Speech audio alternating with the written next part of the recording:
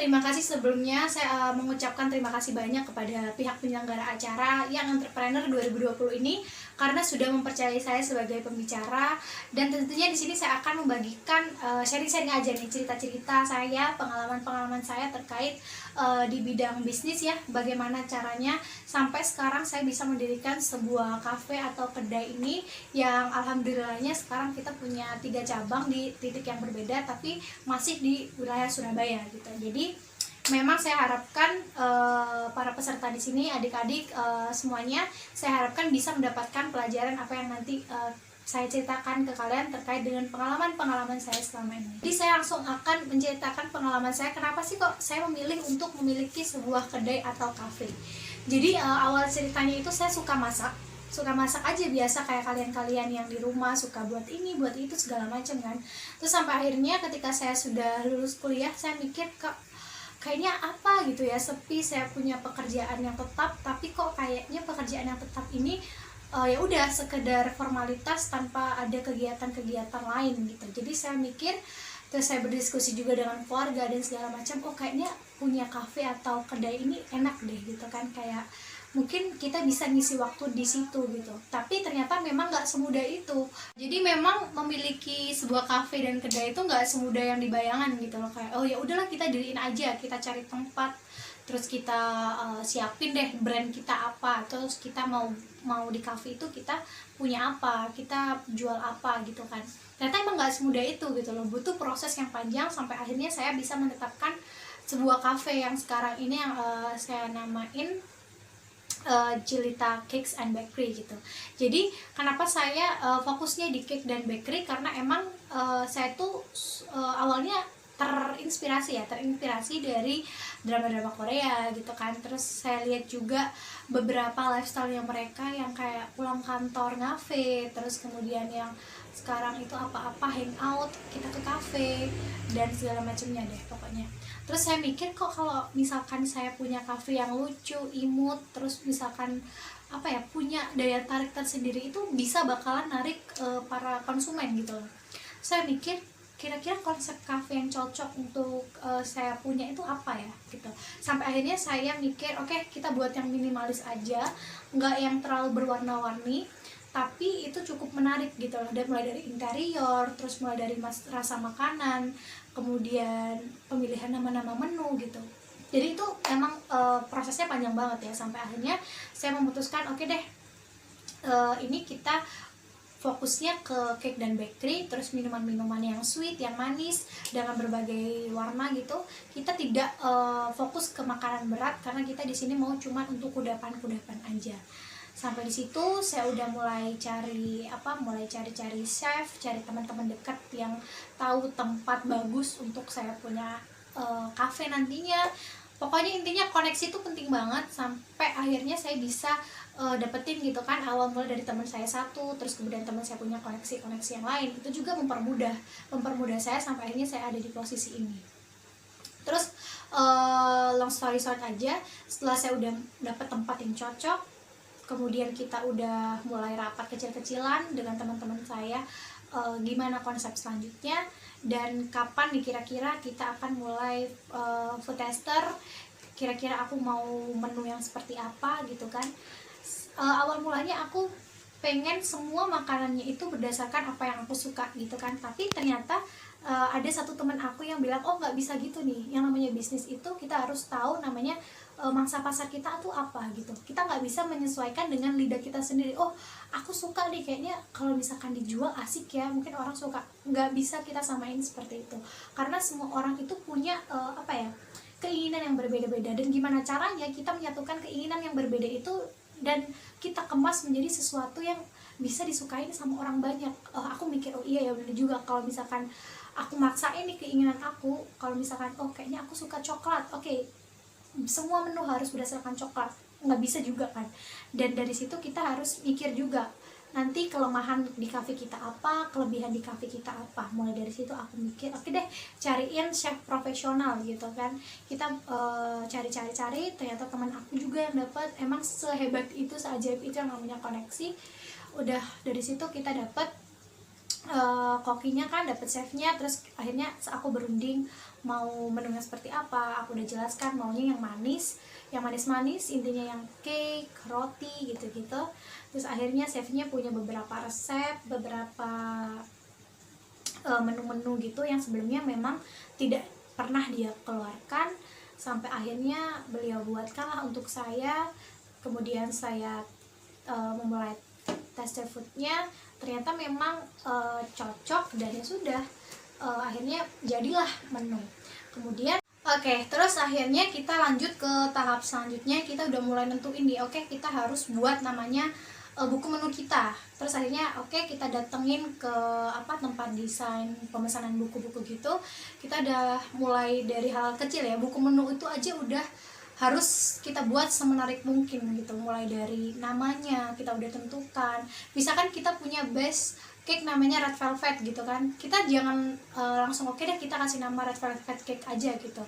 Itu sebaiknya kita ganti gitu loh. Kita harus punya ciri khas yang mana bisa menandakan, oh ini nih ternyata red velvet cake-nya si cafe ini itu enak tapi dengan nama yang berbeda. Jadi emang kita harus punya perubahan-perubahan kecil yang bisa menjadikan cafe kita itu atau usaha kita dikenal sama orang, bukan karena oh ya udah original aja, ikutin yang di luar aja deh gitu kan.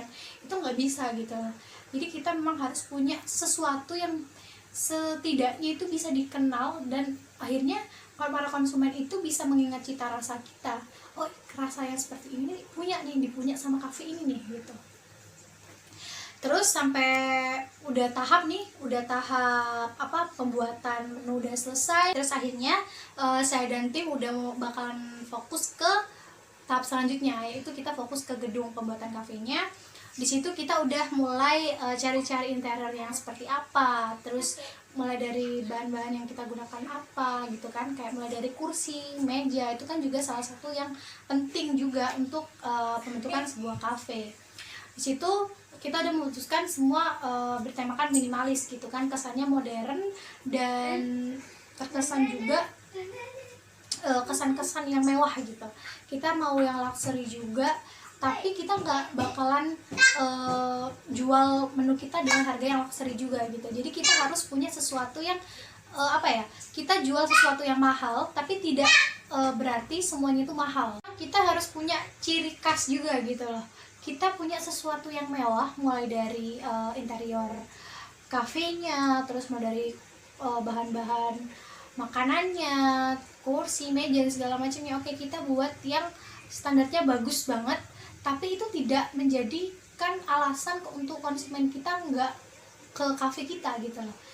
Kita punya sesuatu yang bagus, yang lebih, yang luxury lah kita umpamakan gitu, tapi di menu kita juga nggak akan mengecewakan gitu. Harga pun kita seharusnya buat yang affordable aja gitu ya, karena memang aku cari pasar yang semua itu bisa datang ke kafe kita, bisa merasakan semua menu-menu yang ada di kafe kita tanpa ada hambatan. Oh kayaknya mahal deh di situ, kayaknya aduh nggak bisa deh makan di situ dan segala macamnya. Aku mau menghilangkan pemikiran-pemikiran orang yang seperti itu, karena memang aku bertujuan awalnya punya kafe juga untuk menyambi kegiatan lain kan, karena aku tadi awalnya yang bosen gak ngapa-ngapain karena cuman kerjaan tetap aku yang ya sudah kerjaanku seperti itu terus, sampai akhirnya aku memutuskan untuk punya kafe. Terus lanjut akhirnya tadi kembali ke soft opening. Aku ingat banget soft opening itu saya buka kalau nggak salah itu 23 Februari 2017 lalu kan. Di situ soft opening kita udah nentuin, di situ sebelum soft opening kita udah nentuin apa nih menu yang akan kita tonjolin dulu, yang akan kita kenalin dulu nih kepada konsumen-konsumen baru kita gitu kan. Terus di sana akhirnya udah kita diskusi sama pihak Koki dan tim dan lainnya, kita memutuskan oh ya udah ini nih kita tonjolin Nutella cheesecake kita nih gitu. Akhirnya itu yang kita jadikan unggulan di awal pembukaan cafe kita, dan alhamdulillahnya di situ tuh semua pada bilang suka. Dan karena kita juga di situ cheesecake-nya kita pakai keju yang sebelumnya diracik sendiri sama Koki di tim kita gitu. Jadi emang orang bilang waktu konsumen wah ini enak banget gitu. Itu menjadi sesuatu yang sangat melegakan gitu loh atas kerja keras kita udah menyusun mulai dari awal sampai akhir. Ketika soft opening ternyata membuahkan hasil yang bagus gitu, kita membuat hati para konsumen senang, itu tuh udah buat kita kayak wah seneng banget nih, kerja keras kita nggak sia-sia gitu. Terus lanjut ketika udah soft opening, alhamdulillah tanggapan-tanggapan positif datang.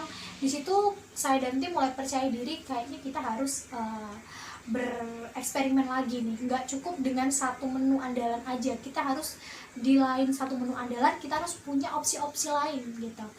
Karena kita fokusnya di memang di cake kan, saya bilang di awal tadi, saya mulai fokus ke roti-roti lainnya nih, kayak roti-roti ringan tapi yang memiliki cita rasa juga nggak kalah enaknya dan ngikutin zaman tentunya. Api, terus kita beri nama lava drink di situ. Itu benar-benar yang sempat membuat cafe kita juga meledak-meledaknya di situ. Banyak banget konsumen yang datang. Terus dari situ saya langsung mikir, wah bener nih, yang namanya inovasi itu nggak akan ada habisnya, dan yang namanya inovasi itu dibutuhkan oleh siapa aja gitu. Inovasi kita buat inovasi, kemudian inovasi kita itu bisa membuat orang senang, itu merupakan suatu hal yang menjadi poin plus tersendiri. Kemudian akhirnya kita pelan-pelan dari situ, tahun ke tahun kita udah mulai mikir lagi, saya dan tim, kayaknya kita harus punya cabang deh gitu kan. Karena memang pada saat itu lokasi cafe utama kita pertama kali banget itu ada di tengah kota kan. Terus kita juga punya namanya platform cafe kan, mulai dari Instagram, Facebook, Twitter. Kita juga kan pasti memasarkan lewat sosial media. Terus banyak banget yang bilang, Kak aduh jauh banget nih kesananya segala macam. Kita mulai dengerin masukan dari konsumen. Terus akhirnya ada satu tim saya yang bilang, kayaknya kita harus punya ini deh, punya cabang. Gak mungkin dong kita satu aja nih di tengah kota, sedangkan yang konsumen-konsumen di daerah lain itu pengen banget nih ngerasain makanan-makanan di cafe kita. Terus aku udah awalnya mikir kayak udah minder, aduh wah gila sih gitu kan, masa kita baru satu aja baru 2 tahun gitu kan, ceritanya kita baru 2 tahun banget itu diriin kafenya, masa kita udah harus buka cabang gitu. Terus akhirnya ada beberapa tim akhirnya meyakinkan aku, kayaknya Mbak bener deh, ini kayaknya kita harus punya cabang gitu loh, supaya buat semakin nambah nama kita, dan tentunya kita sebagai upaya mendengarkan apa masukan dari konsumen gitu. Terus saya mikir, aduh beneran gak ya, bisa gak ya gitu kan, kita harus mulai lagi dari awal. Karena aku pada saat salah satu tim aku tuh bilang kalau misalkan gimana kita buat cabang, aku mikir ke awal banget, kalau misalkan struggle-nya tuh gak main-main kan. Kita harus mulai lagi cari tempat baru, kita susun lagi buku menu, kita lagi siapin interior dan segala macam. Terus sampai akhirnya udah Mbak, nggak apa-apa kan, kita udah punya pengalaman gitu. Dari situ oke lah, yaudah aku serahin ke temen aku yang bilang di awal tadi, oke kita buka lagi cabang. Jadi emang itu tadi cerita aku, kisah-kisah aku sampai pada akhirnya aku bisa punya 3 cabang kafe. Emang aku nggak sendirian, dengan tim-tim aku semua kerja keras sampai akhirnya bisa menghasilkan apa yang bisa kita capai sekarang ini gitu. Oke, kita sekarang lanjut ke sesi pertanyaan. Jadi para peserta bisa mengajukan ke pertanyaan. Tadi dari pihak seminar sudah menyebarkan kertas, dan kalian bisa menulis pertanyaan kalian di sana. Kemudian nanti akan saya bacakan, dan mohon maaf sekali saya hanya memilih 6 pertanyaan karena dikarenakan juga waktunya yang mepet banget. Oke, di sini saya sudah dapat kertasnya. Jadi di sini saya akan mulai membacakan pertanyaan-pertanyaannya dan saya akan jawab. Kalau misalkan kurang jelas nanti bisa kalian tanyakan di belakang, atau misalkan kalian ketemu dengan saya bisa juga akan sharing-sharing ke kalian. Oke, langsung ke pertanyaan yang pertama.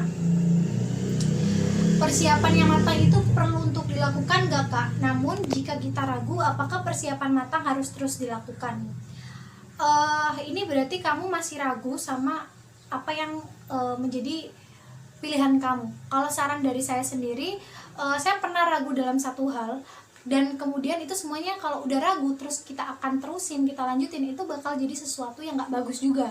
Jadi saya saranin sama kamu, saya kasih contoh aja deh. Misalkan kamu pengen usaha jilbab, terus jilbab kamu ini ternyata punya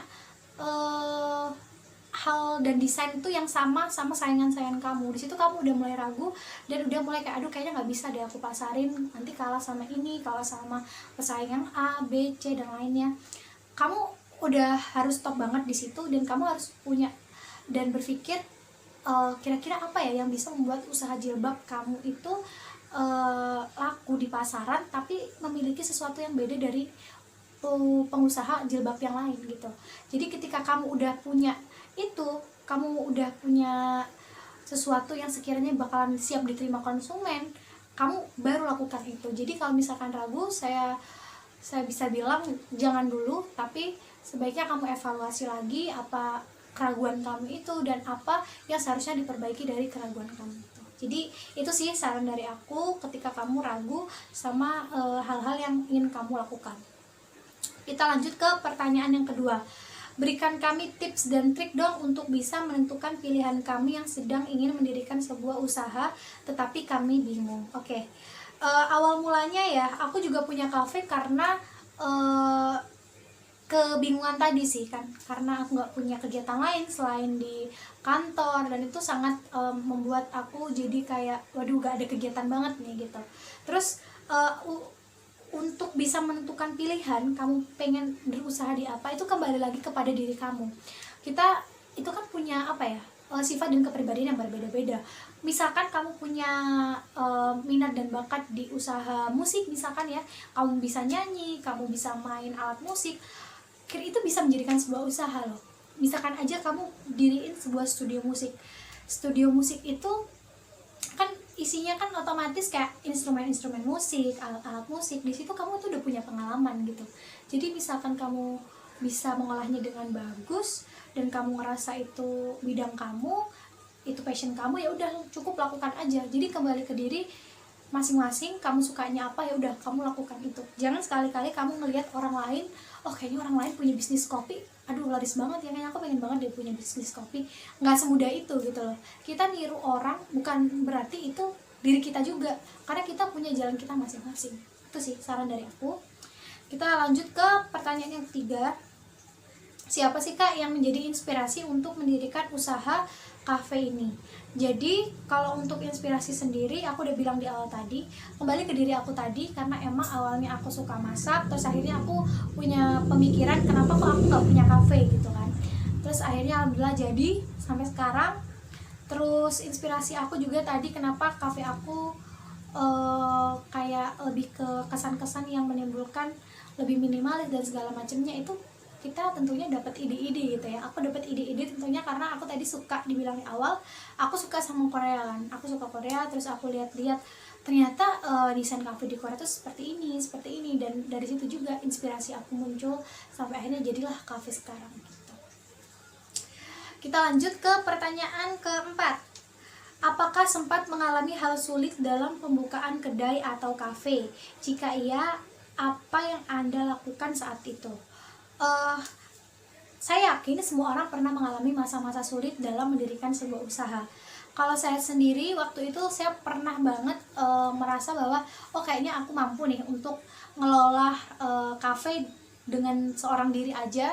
Saya pada saat itu dengan PD-nya, terus mulai dari masakan yang memang pada hakikatnya ya sebuah kafe atau resto itu memiliki koki atau chef, tapi di situ aku merasa bahwa aku bisa kok ngolahnya sendiri, aku bisa nyiptain sesuatu yang ya udah dari diri aku aja gitu loh, supaya orang bisa kenal aku. Awalnya aku mikir kayak gitu, tapi ternyata di situ aku kok malah kafe kayaknya sepi ya gini ya gitu. Terus akhirnya aku mulai sadar di situ ternyata memang kita nggak bisa sendiri, kita butuh kafe profesional, koki profesional. Jadi di situ ya udah aku udah belajar dari pengalaman, akhirnya aku manggil koki profesional untuk mulai masak di pastry dan cake aku. Jadi gitu. Itu sih pengalaman yang menurut aku paling sulit, karena kurang lebih 2-3 bulan kafe aku sepi, nggak ada konsumen yang mulai tertarik lagi semenjak pembukaan di awal 2017 waktu itu. Lanjut pertanyaan selanjutnya. Bagaimana sih Kak meningkatkan kepercayaan diri dan meyakinkan diri bahwa kita bisa? Ini sebenarnya basic pertanyaan banget, karena yang tahu diri kalian itu diri kalian sendiri. Misalkan kalian ngerasa bisa, ya sudah lakukan. Jangan kalian aduh orang itu bisa, nanti aku kekuranganku ini gitu. Jangan gitu, karena emang pada dasarnya sesuatu hal itu bisa kita lakukan kalau diri kita yakin hal tersebut bisa kita lakukan. Jadi kamu jangan istilahnya sekarang insecure sama diri kita, aduh aku nggak bisa deh. Jangan pernah bilang itu kepada diri kita. Seharusnya kita bisa bilang ke diri kita, oh aku bisa kok, aku bisa. Nggak ada di dunia ini yang nggak bisa kita lakuin sebenarnya. Jadi ya udah, kamu harus percaya terhadap diri kamu sendiri. Kamu hilangkan sifat insecure dan hal-hal buruk yang bisa mengacaukan pemikiran dan mental kamu. Jadi itu sih ya. Dan lanjut ke pertanyaan terakhir nih, mengapa memilih untuk membuka usaha kafe? Nah, tadi kan udah dijelasin dari awal sampai sekarang, karena berawal dari kejenuhan tadi yang aku harus bolak-balik kantor yang seperti itu aja, sampai akhirnya aku harus punya kesibukan lain di luar kesibukan kantorku nih kan. Terus ya udah, akhirnya aku mikir kan, oke deh, karena aku suka masak, aku mulai coba-coba buat kafe, dan akhirnya jadi gitu. Oke, ini tadi udah 6 pertanyaan yang saya jawabin. Terima kasih atas pertanyaannya teman-teman semuanya, adik-adik yang udah datang ke seminar ini. Saya ucapkan terima kasih banyak kepada penyelenggara acara dan juga para peserta seminar yang Entrepreneur 2020 yang udah menyempatkan waktunya hadir, dan saya juga dipercaya di sini. Jadi saya akhiri sesi saya di sini. Terima kasih atas perhatiannya semuanya. Wassalamualaikum warahmatullahi wabarakatuh.